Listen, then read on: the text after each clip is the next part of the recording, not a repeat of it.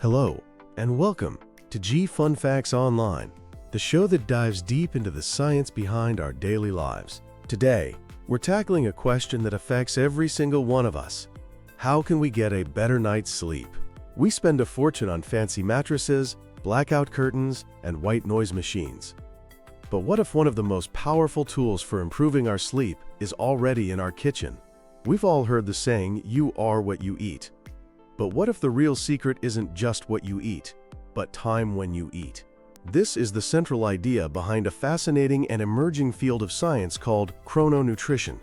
It's the study of how our meal timing interacts with our body's internal clocks to affect our health, our energy, and especially our sleep. So get comfortable, but not too comfortable, because today we are peeling back the covers on the unseen symphony, how your meals conduct your sleep. Let's start with the conductor of this whole operation, the circadian rhythm. You've probably heard of it. It's our body's internal 24-hour clock. Think of it as the master programmer for your biology, a master clock located deep in your brain, in a region called the suprachiasmatic nucleus, or SCN for short. This master clock is the big boss. Its main job is to keep you in sync with the 24-hour cycle of the world around you, primarily using light and darkness as its cues. When light hits your eyes in the morning, it signals to the master clock, "Hey, it's daytime. Time to be alert, active, and productive." And as darkness falls, the clock gets the message to start winding things down, preparing the body for rest and repair. This is why it tells your pineal gland to release melatonin, the famous sleep hormone. But here's where it gets really interesting. This master clock in your brain isn't the only timekeeper in your body. It turns out we have peripheral clocks, or secondary clocks, in almost all of our organs and tissues. Your liver has a clock, your muscles have a clock, and crucially for our discussion today, your entire digestive system, your stomach, your intestines, your pancreas, it all runs on a schedule. It's like a massive corporation. You have the CEO in the head office, that's the master clock in the brain, setting the overall company strategy based on what's happening in the outside world. But each department, the liver department, the digestive department, has its own manager or peripheral clock that runs the day-to-day operations. Now, while the master clock syncs to light, these peripheral clocks in our digestive system are strongly, and I mean strongly, influenced by another major cue. When we eat, food is to your digestive clock what sunlight is to your brain's clock. So when you eat your meals at regular, predictable times each day, you create a beautiful harmony. The CEO in the brain and all the department managers are perfectly synchronized. Your body knows when to expect food, so it can ramp up production of digestive enzymes and optimize metabolism right on schedule. Everything runs smoothly. But what happens when we throw a wrench in the works? What happens when you skip breakfast, grab lunch at a different time every day, and then have a massive dinner right before you crash into bed? You create chaos. You create what scientists call circadian desynchronization. The master clock in your brain, seeing that it's dark outside, is screaming, "Shut it down! Time for sleep and repair." But the clock in your stomach, suddenly hit with a large pizza at 11 p.m., is screaming back, "Emergency! All hands on deck. We have a massive delivery to process." This conflict is a recipe for disaster. When you eat late at night, your digestive system is in low-power mode. It's not prepared for a heavy workload. This means digestion is less efficient, you don't absorb nutrients as well, and you're far more likely to experience discomfort, indigestion, or acid reflux, all of which can seriously disrupt your sleep, causing you to toss and turn. And the research backs this up. Study after study shows a clear link between late-night eating, especially large meals, and poorer sleep quality, a harder time falling asleep, and a shorter overall sleep duration. So the timing is clearly critical. But of course, the so what still matters. Let's open up our sleep-promoting pantry and see what foods can act as a natural lullaby for your body. The superstar nutrient here is an amino acid called tryptophan. Tryptophan is what we call a precursor It's a building block. Specifically, your body uses it to make two incredibly important things for sleep. First, it makes serotonin, a neurotransmitter famous for its role in mood, but which also promotes feelings of calm and relaxation. Think of it as the chill-out chemical. Then, that serotonin can be converted into melatonin, the primary hormone that directly regulates your sleep-wake cycle. So, more tryptophan means more potential for both relaxation and sleep signaling. Where do we find it? The classic example is turkey, which is why everyone feels sleepy after a big Thanksgiving dinner, though the sheer size of the meal is also a big factor. But you can also find plenty of tryptophan in other poultry like chicken, in fish, especially fatty fish like salmon and tuna. These fish also give you a bonus of vitamin D and omega-3 fatty acids, which themselves are involved in regulating serotonin. Don't eat meat? No problem. Dairy products and eggs are great sources. That age-old remedy of a warm glass of milk before bed isn't just an old wives' tale. It has a basis in science. Nuts and seeds are also fantastic. Almonds and walnuts in particular are packed not just with tryptophan, but also with magnesium. Magnesium is another sleep hero. It helps relax your muscles, and, more importantly, it helps calm the nervous system by binding to specific receptors that quiet down neural activity, basically telling your brain it's time to power down. Beyond tryptophan, some foods actually contain melatonin themselves. The most studied of these are tart cherries, specifically the Montmorency variety. Research has shown that drinking tart cherry juice can increase melatonin levels in the body and improve sleep duration and quality. Some studies also point to kiwi fruit. Eating 1 or 2 kiwis an hour before bed has been linked to falling asleep faster and staying asleep longer, possibly due to its combination of antioxidants and serotonin-boosting compounds. Finally, let's talk about carbohydrates. Carbs have gotten a bad rap over the years, but they can be your friend when it comes to sleep. When you eat carbohydrates, your body releases insulin.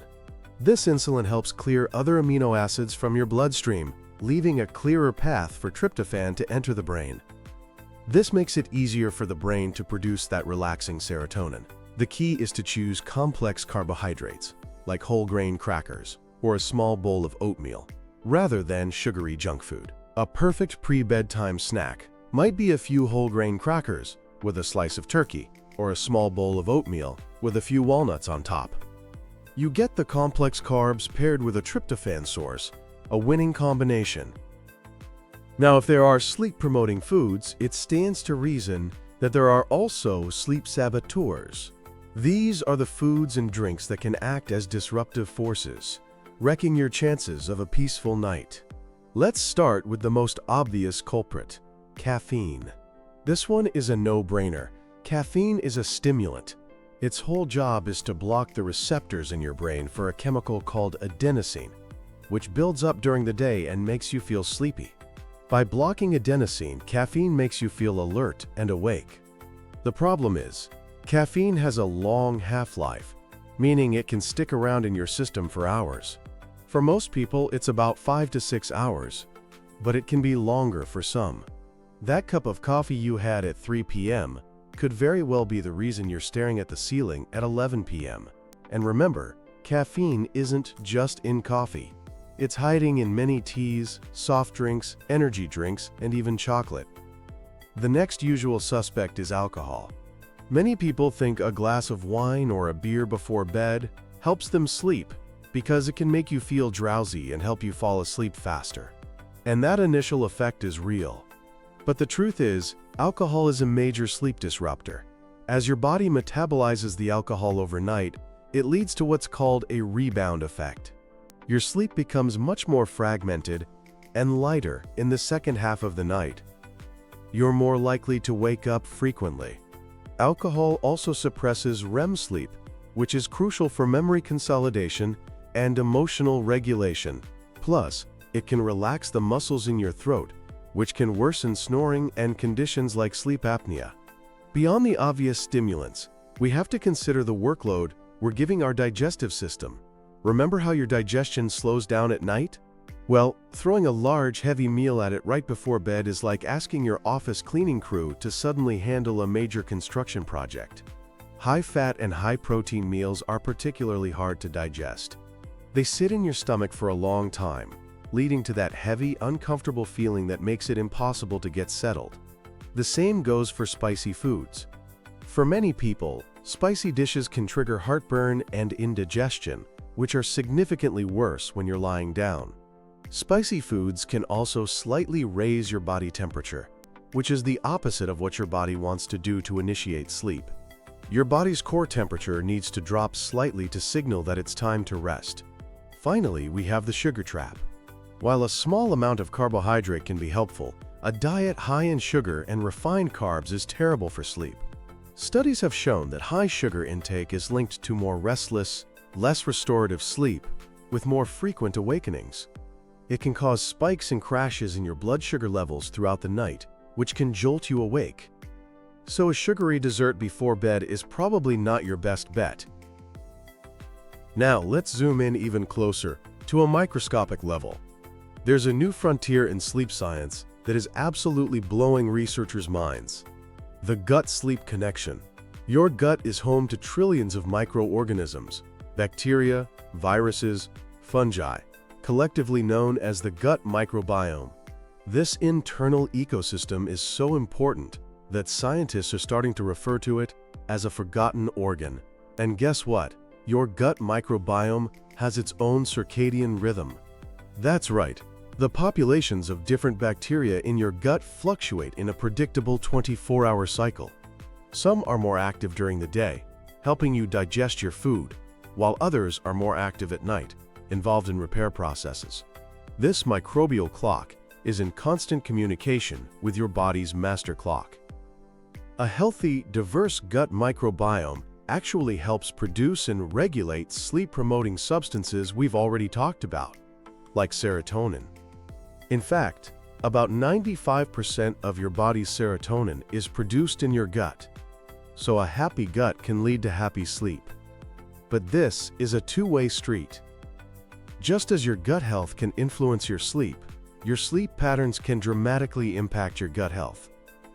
Poor sleep or a disrupted sleep schedule, like from jet lag or shift work, can throw your gut microbiome's rhythm out of whack. This can lead to a decrease in beneficial bacteria and an increase in harmful ones, creating a vicious cycle where poor sleep harms your gut, and a harmed gut leads to even poorer sleep. So how do you nurture a healthy gut microbiome? The number one rule is to feed it well. And what do these good microbes love to eat? Fiber. A diet rich in fiber from a diverse range of plant-based foods is the best way to support a healthy gut. This means plenty of fruits, vegetables, whole grains, and legumes. Okay, I know this is a lot of information. Tryptophan, melatonin, gut clocks, avoiding caffeine. It can feel overwhelming. So is there a simple, practical way to put all these principles into practice? Yes, there is. And it's a dietary pattern you've almost certainly heard of, the Mediterranean diet. The Mediterranean diet isn't a strict diet in the sense of restriction. It's a style of eating. It's characterized by an abundance of fruits, vegetables, whole grains, legumes, and nuts. It uses healthy fats, primarily from olive oil. And it features moderate amounts of fish and poultry, with very little red meat and sugar. Does that sound familiar? It should. This way of eating is naturally rich in almost all the sleep-promoting nutrients we've discussed. You get tryptophan from the fish and poultry. You get melatonin precursors and magnesium from the nuts and seeds. And you get a massive amount of fiber from all the plant foods to keep your gut microbiome happy and in rhythm. It's also naturally low in the sleep saboteurs, like processed foods and sugar. It's no surprise, then, that multiple large-scale studies have shown that people who closely follow a Mediterranean diet report better sleep quality, have a lower likelihood of suffering from insomnia, and are less likely to get inadequate amounts of sleep. It is perhaps the best researched dietary blueprint for better sleep. So let's bring it all home. How can you start syncing your meals with your sleep cycle tonight? Here are a few practical tips to embrace chrononutrition. First, consistency is key. Try your best to eat your meals at roughly the same times each day, even on weekends. This is the single most important thing you can do to help regulate all those internal clocks. Second, front-load your calories.